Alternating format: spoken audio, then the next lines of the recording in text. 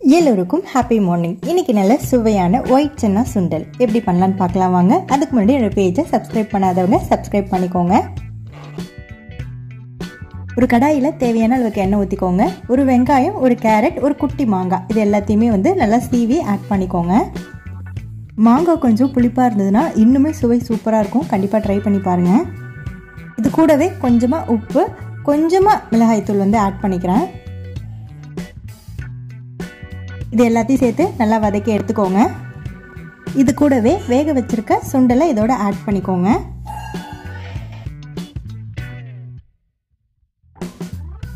கூடவே கொஞ்சமா தேங்காய் ஆட் பண்ணிக்கோங்க.